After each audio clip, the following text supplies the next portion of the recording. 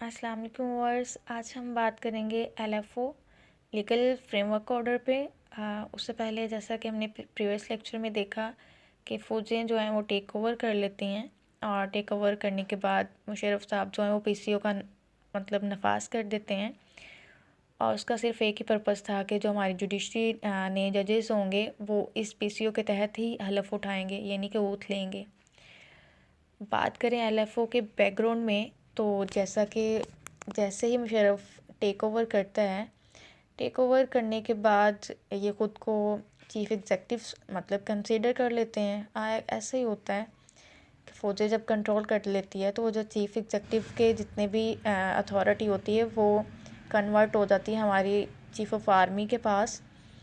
मुशर्रफ साहब क्या करते हैं, 99 के बाद 2001 में एक सदारती फरमान जारी करते हैं और उसके तहत ये कह देते हैं कि जो हमारे मुल्क में सदर का ओहदा है वो खाली रहेगा।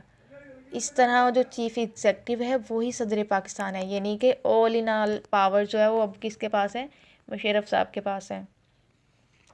जैसे ही इसको सदर भी खुद है, एग्जेक्टिव भी खुद है, फिर उसके बाद बंदा वैसे ही थोड़ा शोका हो जाता है तो मुशर्रफ साहब भी सेम एज केस में ऐसे ही 2002 में क्या करते हैं, एक रेफरेंडम करवाते हैं। रेफरेंडम में ये कहते हैं, रेफरेंडम में बेसिकली क्या करना था, सवाल का जो जवाब है वो हाँ या ना में देना था। ठीक है, जो बैलेट पेपर प्रिंट करवाया था उस पर बहुत एक इंटरेस्टिंग क्वेश्चन था कि जो मुकामी हुकूमत के निज़ाम के लिए, कायदे आज़म के नस्बुल ऐन के हसूल के लिए आया कि आप जनरल परवेज़ मुशर्रफ को अगले 5 सालों के लिए सदर मुंतखब करना चाहते हैं, हाँ या ना। इसका हाँ या ना में आंसर करना था। बात करें अगर रेफरेंडम के दौरान लोगों की कि कितने परसेंट लोग इसको वोट देने के लिए निकले, आया कि निकले या नहीं निकले, तो जो प्रीवियस रेफरेंडम हो चुके थे इससे पहले, लाइक सियाह के टाइमलाइन में, अयूब की टाइमलाइन में, तो तब क्या होता था, जो पोलिंग स्टेशन होते थे वहाँ पे इंतखाबी जो फ़हरिस्त है वो होती थी और जो वोटर्स हैं जिन्होंने वोट डालना होता था वो रजिस्टर होते थे और उन्हें पता होता था अभी हमारा वोट है या नहीं है। तो लेकिन जब मुशर्रफ साहब की टाइमलाइन में ऐसा कोई सीन नहीं था, कोई पोलिंग स्टेशन पर कोई इंतखाबी फ़हरिस्त नहीं मौजूद थी और ना ही किसी वोटर, कोई भी वोटर रजिस्टर था, किसी को कोई पता नहीं था हमारा वोट है या नहीं है। कोई भी बंदा आज़ादाना तौर पर कहीं भी वोट अपना डाल सकता था। वो ये भी नहीं था कि आपकी हल्का बंदियाँ जो होती है ना, कि इस बंदे का वोट इस हल्के में बना है या इसकी बिलोंगिंग इस एरिया से, तो इसका वोट भी इसी के अराउंड होगा। ऐसा कोई सीन नहीं था। वो किसी भी जो पोलिंग स्टेशन पे जाके कहीं भी वो जहाँ मौजूद है वो वहाँ पे मुशर्रफ साहब को वोट डाल सकता है।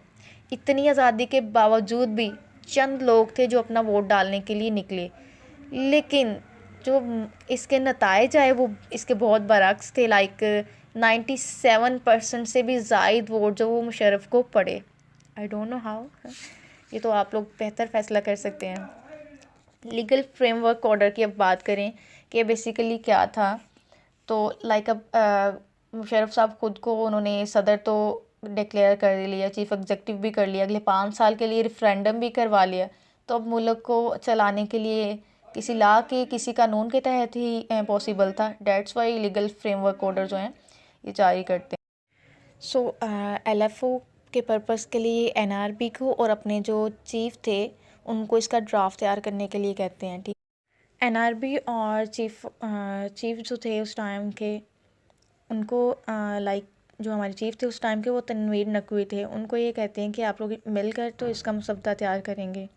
चूँकि हमारे वकला की जो तंजीमें थी, मतलब मुल्क भर में इसके ख़िलाफ़ एहतजाज भी हुए एलएफओ के, हमारे वकला की जो तंजीमें, उन्होंने भी इसको मुस्तरद कर दिया कि भाई हम इसको नहीं मानते इस एलएफओ को।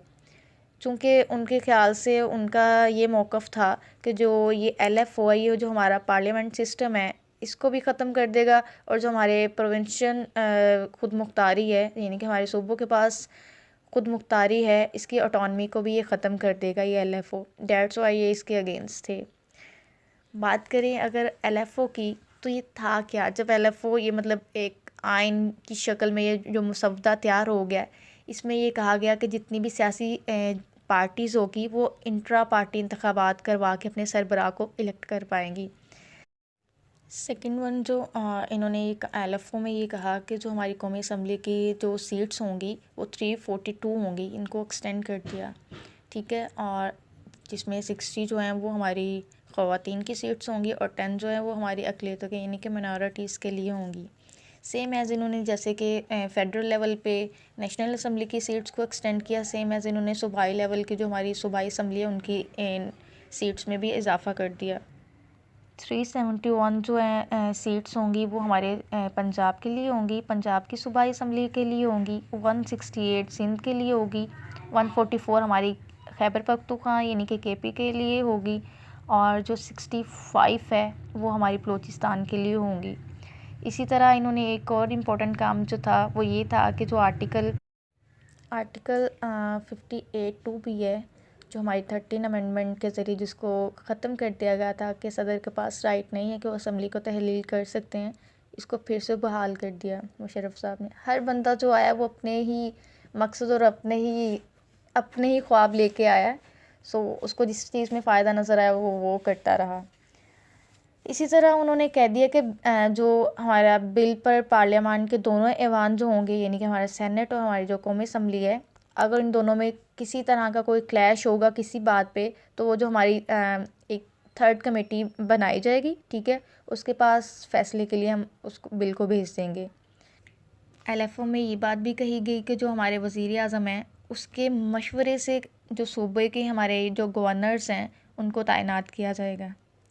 इसी तरह जो आर्टिकल 152A था जो हमारी 8वीं तरमीम के ज़रिए जिसको ख़त्म कर दिया गया था, उसको भी दोबारा बहाल कर दिया गया।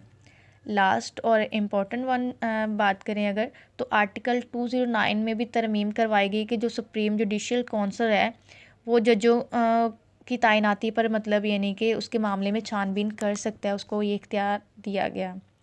इलेक्शन कमीशन ऑफ पाकिस्तान की बात की जाए तो उनके अरकान की तादाद में हर सूबे से एक और कुल 4 हाई कोर्ट्स के जजों को शामिल करके इजाफ़ा कर दिया गया। Thank you for watching.